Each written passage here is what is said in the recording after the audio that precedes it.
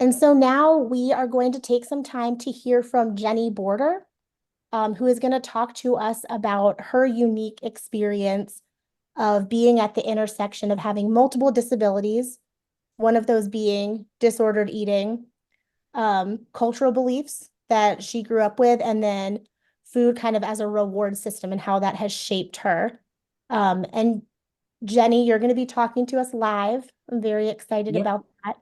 And I'm going to go ahead and give it over to you if you want to do an introduction of yourself and a visual description. Okay. Rachel, is the visual description of what I am right now, not just in the picture, correct? Yes, what I you are don't, right now. okay, just want to make sure. Thank you. But anyway, hi, I'm Jenny Border, obviously. I am a Asian American female woman with long, well, medium length black hair. I don't see my actual video on there, so I'm just having a look at myself here. With a maroon shirt on, sitting in my wheelchair in a somewhat messy living room right now. Like Rachel said, I have multiple disabilities. The first one most people see with me is my physical disability, which is arthrogryposis, which basically means that I have very contracted joints, and due to that, my muscles didn't develop correctly when at birth, and that's why I'm in a wheelchair, and I can't really use my most of my limbs that well. But what I can do is pretty good. Yeah. Uh, when originally asked to do this, I very gung ho at just saying my story, but then I got really anxious, and so I'm doing it live, I guess. Anyway, big thing similar to Opal, with me and disordered eating specifically is from early on too, since I was born with my disability, I was always told I needed to stay small, needed to stay tiny, because the more weight on me, the harder it'd be for me to move. Because I can use a wheelchair. I mean, I can walk. Of course, I use a wheelchair. But due to my joints already being arthritic, basically from birth, it took a lot on out on me.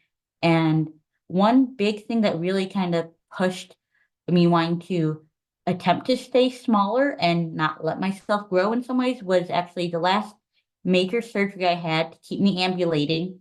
My doctors at the time, I'm glad I had the surgery. The way they had explained it to me was definitely not good. I was 8 or 9 years old and had recently just um I had recently lost a brother who had the same disability.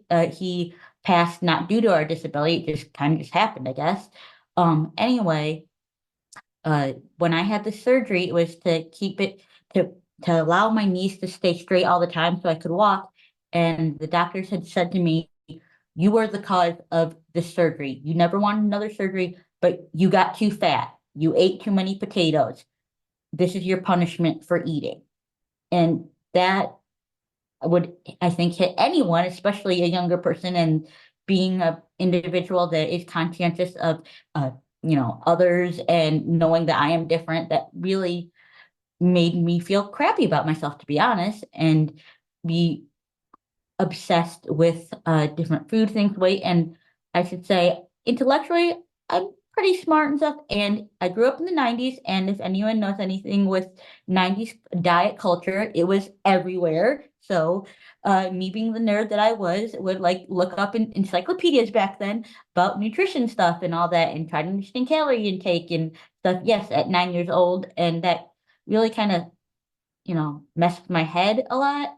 But even though I always thought about eating a lot and just like what to eat, what not to eat, and I still had my potatoes. I love my potatoes. That's just not going to quit. I don't care. Well, unless I get allergic to them somehow. But anyway, all that to say, I forgot where I was going with that. But yeah, that was one big part with me and disordered eating early on. Then, however, I should also say that, especially when we're talking about the cultural beliefs, I was adopted and I am of South Korean descent. And, I didn't have many people around me that looked Korean. And back then, and even now, you typically think a stereotype of an East Asian woman or person is very small and tiny. And I definitely never really felt that way. Or, I mean, I was short, that's for sure, very short. I always joke that I'm short and stubby. I use those words for myself because but I would not use that for others. But I use those words, I should say, to kind of take back and really just accept me for who I am and love it who I am. So just so although the words of short and stubby may seem negative, the one I say it for myself, it is actually seemed positive and helps me have a better mindset. I don't know how to describe why that happens, but it does. But anyway, that to say, I just felt like, oh, am I not Korean enough, or am I really full Asian because I don't have, the stereotypical um body shape, it seemed like, that I would see on TV and movies or whatever, which we really didn't see many Asian characters in general back then, and even now we see them more in media, but not as much as the predominantly Caucasian individuals. So that's one big thing. Um, the other part of I wanted to talk about other disability things. Another disability that I have that that's definitely invisible is I'm neurodivergent and extremely ADHD, and due to that, I take stimulant medication.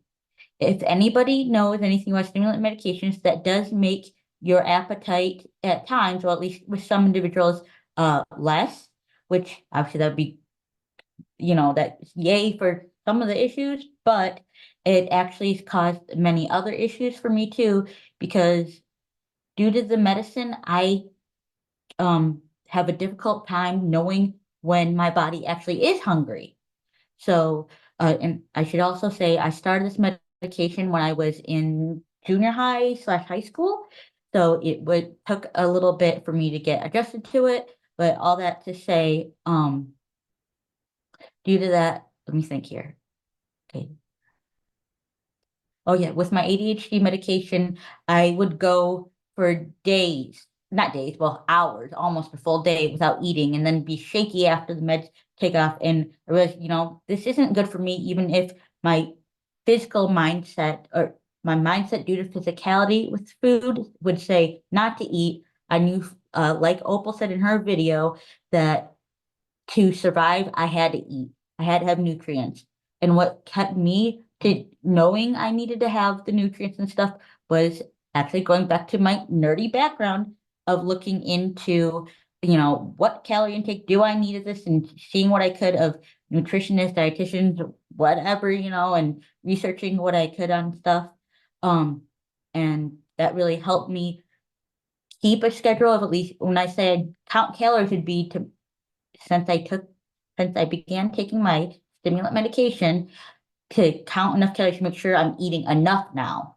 And that's sometimes a struggle. And so I may eat a little bit more in the evening for a couple of reasons. One, the medicines have kicked out of me, and two, to make sure I have the enough nutrients that I need each day to keep on surviving and thriving, really. Um, and I'm probably not hitting everything that's kind of in my head right now, but uh, please know afterwards anyone can ask questions if they want to. And the third thing I was actually talking about is in college, in undergrad, I had started a really, really bad habit. And if anyone that knows me knows I'm a bit of a procrastinator on things, and I really procrastinate on writing. Uh, I'll do math, science lab stuff, do that all the time. Yay, fun. Writing, I basically hate with a passion. I'm pretty okay at it, but hate it. So, for me to get my writing done, I had started then, since I actually didn't have parents or anyone really around me. I would just live in the dorms, with friends and stuff, and they were doing all cool things. And of course, I'd want to go out, hang out with them. But when I would need to do my papers, I'd be like, okay, I cannot eat this meal or this candy bar or whatever until I got this much done.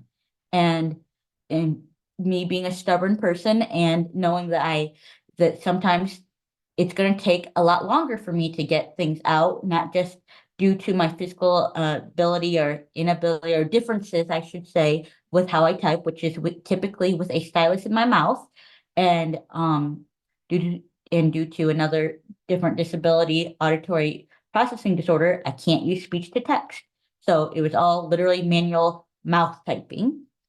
Um, due to that, and then the mental roadblocks that most individuals have when writing, especially people with ADHD, it I knew I'd take a long time. So I would be like, okay, I can have this whole pint of ice cream, which I'm not the healthiest at eating, I will be honest, and I love my sugar like no other. Anyone knows me knows that too. I love my sugar. But anyway, I would be like, nope, I can't have it until I get this done. And I realized even when doing this presentation, when I was supposed to do a video originally, that I was automatically telling myself I couldn't eat until I did the video. And finally, after talking to Rachel and some others, that it was like, no, Jenny, it's okay for you to eat. Let's try to accommodate you and your needs. And hence, we're doing this live video here instead of doing the pre-planned thing. So I think that's one big thing. And I guess something I wanted to kind of add that kind that combines all of this together is, at least in my personal experience with eating, a big part is that I've always wanted to get help, but it's been ridiculously difficult to get it due to disabilities, due to physical. Because yes, if I were to go to like an eating clinic thing, they often don't have help for people's physical disabilities there, like an inpatient like thing. And another thing also with eating and stuff is, you know, I think we all know this, that the stereotypical BMI chart or whatever you want to call it, formula stuff, is often a piece of crap for people, and that especially for people with disabilities, it is terrible, especially if our limbs are not, average size or they don't work the way that I quote stereotypical uh, physically able persons works, and or whatever it is, or how much energy we have to expend due to it. Um, and that really played a role in my difficulties with understanding food intake and what it should be, because I was always considered, quote, morbidly obese. And I should say my height is very short. If you could stretch me out, I'd maybe be 4'10", but that'd be lucky. Typically, it's probably closer to 4'8", 4'9", honestly. um, yeah.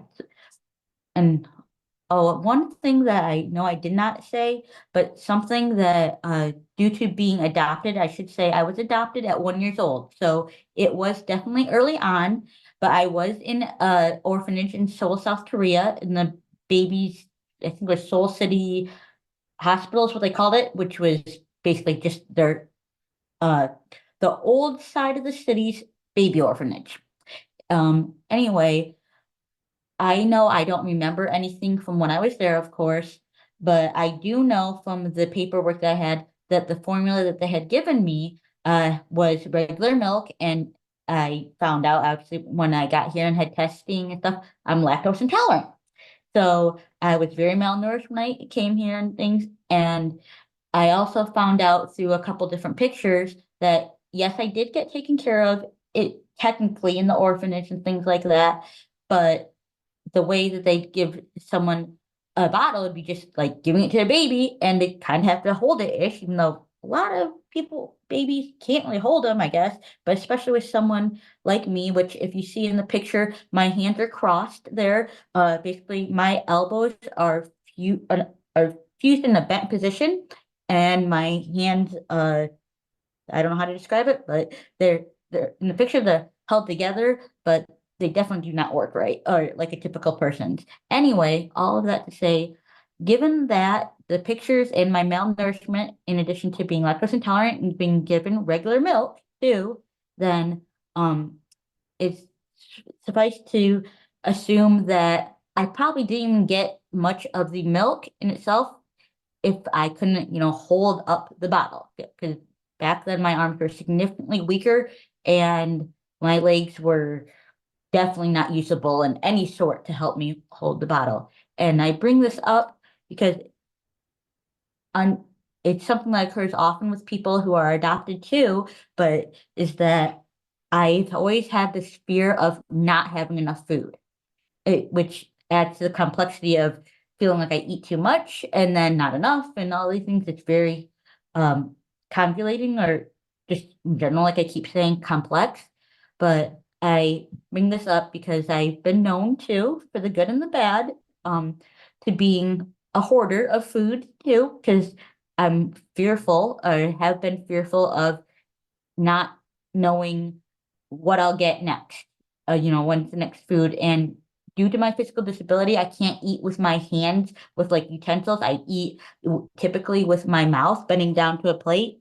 And some foods are just plainly not easy to eat. And I'm very meticulous about how I eat, and I don't like to be messy. So things like a Chipotle big burrito, I if I were to go with friends, I have figured out a way to eat it on my own. Well, mainly on my own without someone holding it. They do have to prop it up. But if I hadn't figured out this way, I would typically just let others eat in front of me and stuff. So because I would not want, if I'm hanging out with friends and stuff, if they really want Chipotle or whatever thing that I may not be able to physically eat that well, I wouldn't want to damper their ability to have what they want, which obviously sounds a little bit bad. If they're friends, they should care about my intake too, but that's its own story of stuff. Um, but anyway, because of that, in addition to just the innate fear of not having enough food, I will hoard things for just in case. Like in my backpack, I cannot even tell you how many little random things I have in there, and pieces of candy or whatever in my van, that they may be more than a few years old, but to me, I'll eat it. Thankfully, I don't get sick easy. Thank God on that. But yeah, that's definitely played a role in my disordered eating of keeping things way too long, because of fear that I won't have something later on. And I believe that's all I really have. I to say, actually, I guess I'd like to end with saying that I just hope in general that others uh, with multiple disabilities or upbringings can understand and know you're not alone too. Because, like I said, I try to seek help, and it's just hard to find. Being a disabled person in general, it's hard to find any type of help. But then having multiple disabilities, and then with eating in general, nutrition, that is its own can of worms, I guess you would say. And just don't give up. We're here. I'm here for you, and keep on moving.